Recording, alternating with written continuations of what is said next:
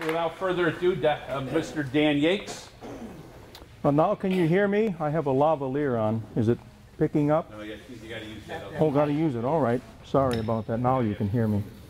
Well, you know, I have all these people taking away all my basic points. I don't know what I'm going to do. I'm stuck with just about another 40 or 50 to make. I was asked to do this about 8 months ago, and I thought, that'd be easy. I used to teach a course in Muskegon area history, and one of the topics was Muskegon during the war, so I figured that would be easy. But there's a whole lot of material that has come to light since I did that course, and I've changed things around too when I found out how many people were coming tonight.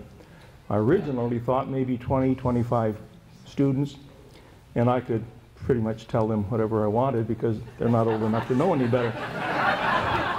But then I learned there were going to be a whole lot of veterans and veterans' wives and other people from that time, so I have chosen to become an interpreter or a conduit between generations. I was born during the war. I'm a war baby. I'm not responsible for any of these baby boomers things. Not me, born during the war. And my only recollection is of the parade that ended the war, VJ Day, the end of the Japanese part of the war. And the parade went down Court Street in Port Huron. My mother wouldn't take me. I'm still mad at her about that.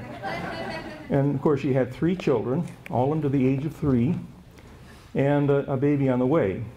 So that's her excuse. But she wouldn't let me go. That's my only recollection. We're going to start with a... All right, I think. This is, of course, a view of downtown Muskegon, an aerial view. In the far distance, you can see North Muskegon. Over on the right is the channel. In the mid picture is the Continental Motors plant, big stack that was very obvious all over the lake. And then to the left of that is the Lakey Foundry, and then you can see downtown Muskegon in the foreground. Much different than it is today. Again, you students, if you're only 20, 25 years old, you don't even remember the mall probably. And that, of course, came after downtown Muskegon. I wanted to start with something about the Depression. Not only was Muskegon one of the major industrial centers of the whole country during the 40s, but it made a phenomenal jump from the Depression. The thing about automobile-related industry is that it, of course, has tremendous ups and downs. We know that, anyone who's been in Michigan for any time. When times are good, you have good employment. People are buying those cars, but they're expensive. And the other products in Muskegon were bowling alleys and pool tables and refrigerators and things of that sort. Again, they're big ticket items. So in times of depression, people aren't buying those things. They're making do with what they already had. And at best, you might be able to get used things. So those companies were not employing.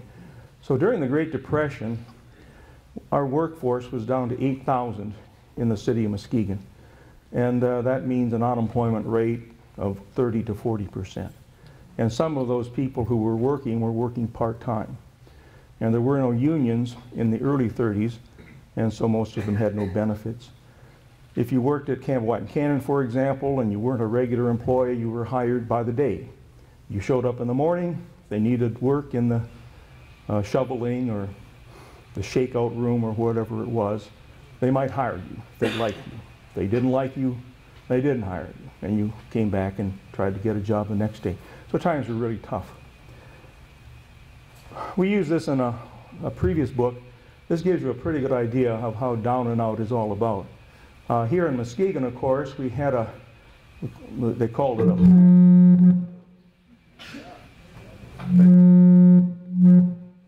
I guess a boat's coming through the channel. That must be it. Oh, it's this? This is well, I'm doing this for the video as well. All right, well, that took care of that. I hope they can edit that out. We had our own Hooverville here in Muskegon. I'll show you it in a minute.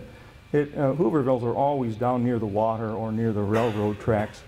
And that's, of course, where everybody put up their shack. and tried to do the best they could if they were out of work.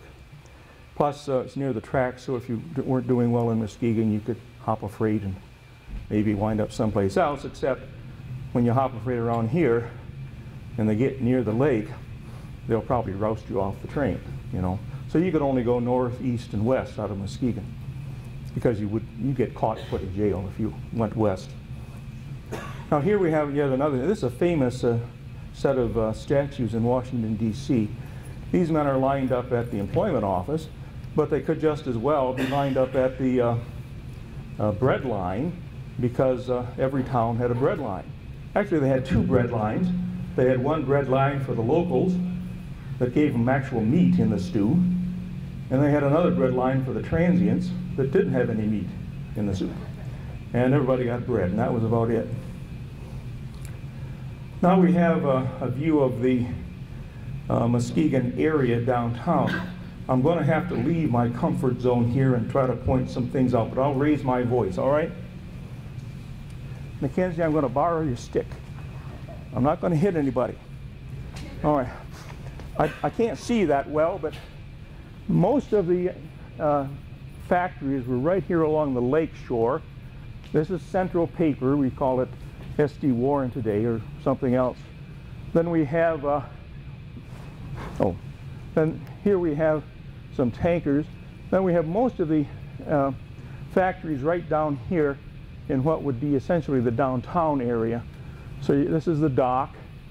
You have here some additional docks for the railroads, for example. Here we have Continental, here we have Lakey Foundry, and a host of others, all right along here.